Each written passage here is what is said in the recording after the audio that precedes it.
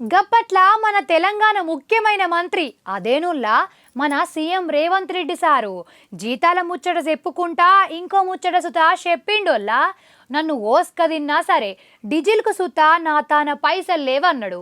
గది నిజం లెక్కనే కొడతాంది. సారు సొంత ఇలాకాల్నే ఏం జరిగిందో చూడుర్రి. అరే నువ్వు ఎన్క నుంచి నూకు, నేను ఇటెన్క నుంచి నూకుతా. గిదెట్ల గదల్లో చూద్దాం. ఆలస్యం చేస్తే గాని పానమైతే పోతది.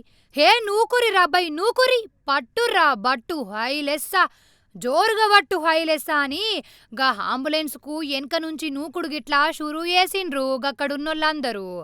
ఆడ ఆగింది పానీపూరి బండు కాదు, మనుషుల పానం కాపాడే అంబులెన్సు.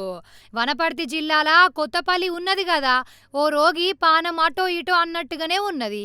గంతలోనే ఒక అంబులెన్స్ వచ్చింది.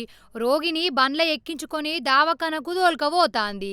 డీజిలు అయిపోయి దార్ల మధ్యలోనే అంబులెన్స్ ఆగిపాయే.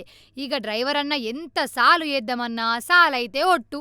ఏం చెయ్యాలరా దేవుడా అనుకుంటుండగా గాడున్నోళ్ళందరూ చెల్ ఫికర్ చేయకుండ్రి, మేమందరం తలా ఓ చెయ్యేత్తాం గని అనుకుంటా గా అంబులెన్సును నూకుడు షురూ చేసిండ్రు.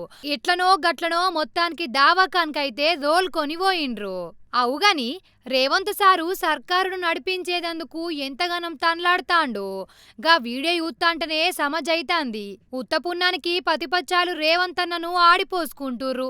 అంబులెన్స్కే కీసలు లేవని దేవులాడతాంటే 9 రోజుల్లే రైతులకు 9,000 కోట్లు రైతు భరోసా, కొలువులు వేసేటోళ్లకు జీతాలు ఎట్లా ఇస్తాండో గా సర్కారును ఎట్లా నడుపుతుండో ఏమో నాకైతే బొత్తిగా అర్థమైతేనే లేదు.